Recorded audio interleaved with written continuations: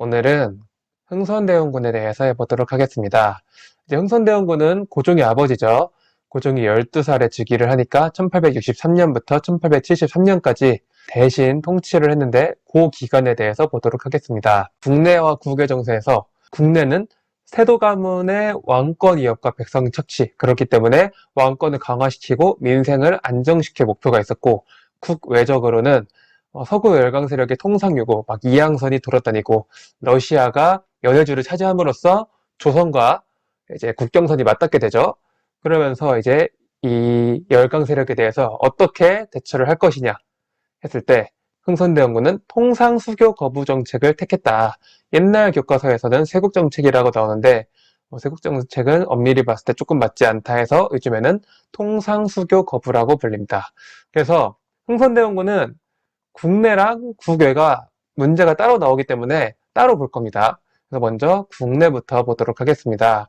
19세기는 이제 세도정치 시기로 굉장히 백성들이 힘든 시기였기 때문에 일단 삼정의 문란부터 고치는 것이 급선무였겠죠. 그래서 전정을 고치기 위해서는 양전사업, 토지를 조사를 해서 누가 토지를 가지고 있는지 색출을 하고 은밀한 토지, 은결을 색출했다.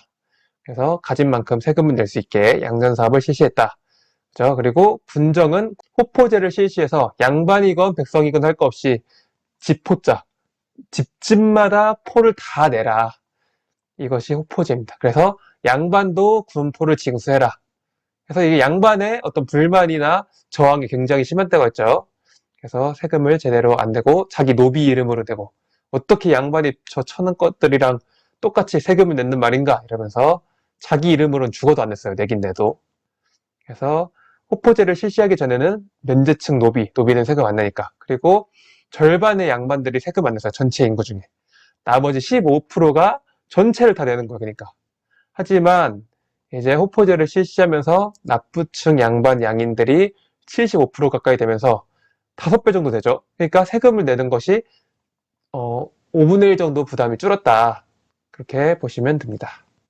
그래서 호포제가 굉장히 좋은 제도였어요, 백성들한테.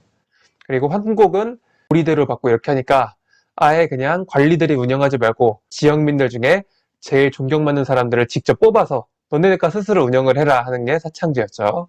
그래서 이렇게 삼정의 문란을 개혁을 했다. 그리고 이제 세도 가문을 축출하고 왕권을 강화시키기 위해서 세도 가문이 장악하고 있었던 비변사를 폐지하고 정치를 담당하는 의정부 그리고 군사를 담당하는 상군부를 부활시켰다. 그죠? 그리고 이제 만동묘를 철폐했는데 이 만동묘가 뭐냐면 명나라 황제 신종의 제사를 지내는 묘였어요. 왜? 임진왜란을 도와준 황제였어요. 근데 명나라는 지금 망한 지 몇백 년 됐는데 뭐 아직도 망한 나라 제사 지내고 있냐? 철폐해라 하고 철폐하고 그리고 이 살인들의 근거지였던 서원을 전국에 47개를 제외하고 모두 철폐해버렸어요. 이것이 흥선대원군의 정책이었다. 그리고 대전회통이라는 법전을 편찬하고 세부사항인 육전조례를 편찬했다. 그리고 잘했지만 한 가지 뻘짓을 했으니 경복궁을 중건하라고 했는데 이 경복궁 중건은 조선 후기 왕들이 이건 안 했어요. 왜 안 했냐? 너무 규모가 어마어마하게 커요. 여러분들 경복궁 가보면 아시겠지만 다 걸어 다니는데 1시간 동안 다 보지도 못해요. 그 정도로 큰 건물인데 이거를 중건을 하려고 하니까 천문학적인 돈이 들어갔다. 그래서 상평통부의 100배의 가치인 화폐 당백전을 막 발행을 하고 그리고 강제 기부금인 원납전을 징수했다. 그리고 양반들이 자기 조상님들 제사 지낼 때 이제 쓰려고 가장 좋은 나무들을 심어놨는데 그 묘지림을 경복궁 짓는다고 다 뺏어가 버려요. 그래서 이 경복궁 때문에 양반들도 싫어하고 백성들도 원망하고 이러니까 양반 대표였던 최익현이 도끼를 딱 가져와서 땅에다 꽂고 고종한테 이제 전하 흥선대원군을 하야시키든지 이게 도끼로 제 목을 치든지 하십시오 하니까 고종도 이제 20대가 됐는데 아버지 그늘 밑에 있기 싫으니까 잘 됐다 싶어가지고 흥선대원군을 하야시키고 이제 고종이 친정을 시작을 한다. 하지만 제대로 친정 못하죠. 자기 와이프가 기가 그렇게 센 줄 몰랐죠. 아무튼 이게 당백전이에요. 일당백. 일당백의 화폐인 당백전을 발행을 했다. 당백. 그래서 요것들은 여러분들이 다 기억을 하셔야 돼요. 그래서 쉽게 양호사 비만됐어 이렇게 하랬죠.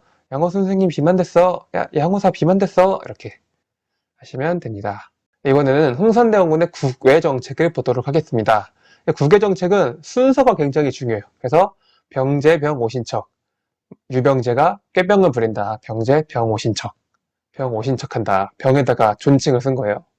그래서 순서는 병인 박해, 제너럴 셔머노 사건, 병인 양요, 오페르트 도굴 사건, 신미 양요 척합의인데 이제 프랑스의 병인 박해와 병인 양요 먼저 보시겠습니다. 병인 박해는 이제 프랑스랑 수교를 하려고 했어요.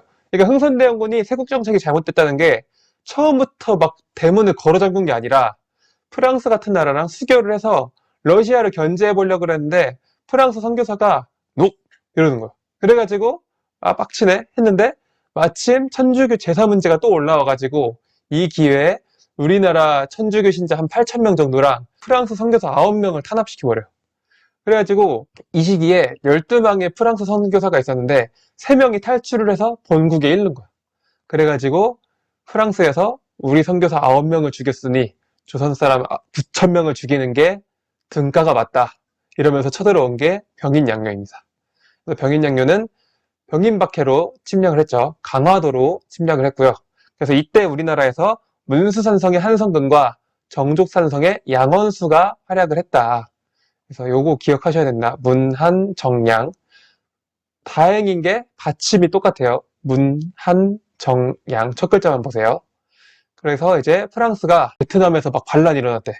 그래서 군대를 빼면서 은괴 같은 것들을 가져가고 외교장각 의궤를 가져갔다. 이걸 약탈을 해가서 2011년에 반환을 받았는데 영구적으로 대여한다 이런 명목으로 받았기 때문에 여러분들이 국립중앙박물관 가시면은 소장처는 프랑스 거라고 돼 있어요. 주인은 프랑스 거다 이렇게 써 있습니다. 그래서 병인박해와 병인양요. 병인양요가 중요해요. 문수산성, 한성근, 정족산성, 양원수 기억해 주시면 되고 문화재는 외교장각 의궤를 가져갔다. 이렇게. 그리고 제너럴 셔머노 사건입니다. 제너럴 셔머노는 미국의 상선이었어요. 상선. 그래서 이 제너럴 셔머노가 평양 대동강으로 와서 통상을 요구하면서 횡포를 부리다가 이때 당시에 평안도 감사가 박규수였어요. 박규수는 박지원의 손자였죠. 그리고 삼정의 문란 때 임술 농민봉기 때 안핵사로 파견된 인물이죠. 같은 사람이에요. 그 박규수가 이번에는 쉽게 말하면 평양시장이었어요. 평양시장. 평양시장 박규수가 우리는 안 하겠다 거절을 했더니 얘네들이 땡깡 피운 거야. 살인하고 약탈하고 뭐 이런 식으로 하니까 안 되겠다. 불에 잘 타는 거를 다 가져와서 기름을 부어. 목선이라든가 집 같은 거를 이 제너럴 셔머노 주변에다가 싹 보내. 둘러싸는 거야. 그런 다음에 불을 붙여가지고 제너럴 셔머노를 완전 몰살시켰다. 이건 생존자가 0명이었어요. 이게 이제 제너럴 셔머노 사건입니다. 도망을 못 갔어요. 왜냐면은 그 우리나라 서해안에 밀물썰물의 위력을 간과했다. 그래서 도망 못 가고 꼼짝없이 다 타 죽었다. 5년 뒤에 이제 미국이 똑같이 강화도로 쳐들어온다. 근데 그때 광성보에 어제연이 활약을 해서 어찌저찌 미국이 돌아갔다. 광성보 어제연을 꼭 기억해 주시면 됩니다. 근데 이 미국도 돌아갈 때 프랑스랑 똑같아요. 그냥 돌아가진 않아. 그래서 어제연의 깃발인 장수 숫자가 써져 있는 수자기를 약탈을 갔다. 요거는 2007년인가 반납을 했는데 요것도 대여 형식으로 반납을 했어요. 영구 대여도 아니에요, 이거는. 원래는 국립고궁박물관에 있었는데 막 여기저기 옮기다가 결국 강화도에 있는 박물관에 지금은 있어요. 그래서 이렇게 장수 숫자가 있는 어제연의 깃발을 미국이 납치해 갔다. 보시면 됩니다. 그래서 이 제너럴 셔머노 사건이랑 신미양요도 다 중요하고 신미양요는 광성보 어제연이었다. 아까 병인양요는 문수산성 한성근 정족산성 양원수였죠. 그리고 외교장각 의궤였는데 비교하기가 딱 좋아가지고 병인양요랑 신미양요를 잘 비교하시면 됩니다. 그리고 다음은 오페르트 도굴 사건인데 독일의 상인이었던 오페르트가 통상을 했어요. 근데 흥선대원군이 지금 프랑스 사건도 그렇고 좀 감정이 안 좋아서 거절했어요. 거절했더니 이 오페르트가 거절은 거절한다면서 흥선대원군의 아버지 남현군 묘를 도구를 실시한 거예요. 충청도 덕산에 가가지고 도구를 했는데 생각보다 우리나라 무덤이 굉장히 커서 하루 만에 도구를 실패하고 이제 발각이 되는 사건이 오페르트 도굴 사건입니다. 그래서 이 흥선대원군이 이때 극대노를 하죠. 아니 이 양키놈들은 애비애비도 없냐? 이러면서 어떻게 남의 아버지 묘를 도굴할 발상을 하지? 말하면서 엄청 화가 나가지고 결국 이런저런 사건은 끝에 척하비를 건립을 했다.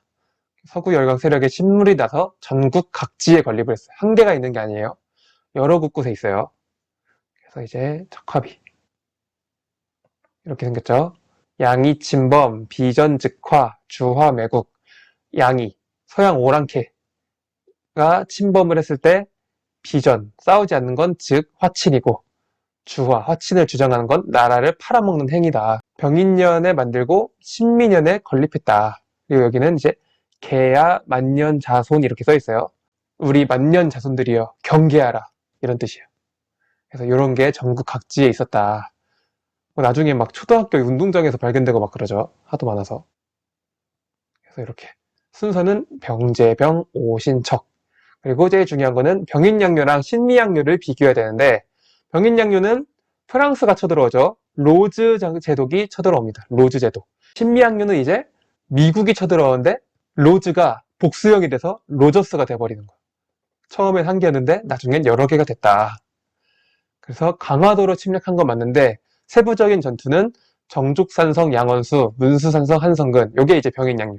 그리고 신미양요는 광성보가 어지연에서 항전했다. 그래서 돌아갈 때 문화재를 약탈을 해갔죠. 문화재를 약탈해 갔는데 병인양요 프랑스는 외교장각 의궤를 가져가고, 신미양요의 미국은 어제연의 수자기를 가져갔다.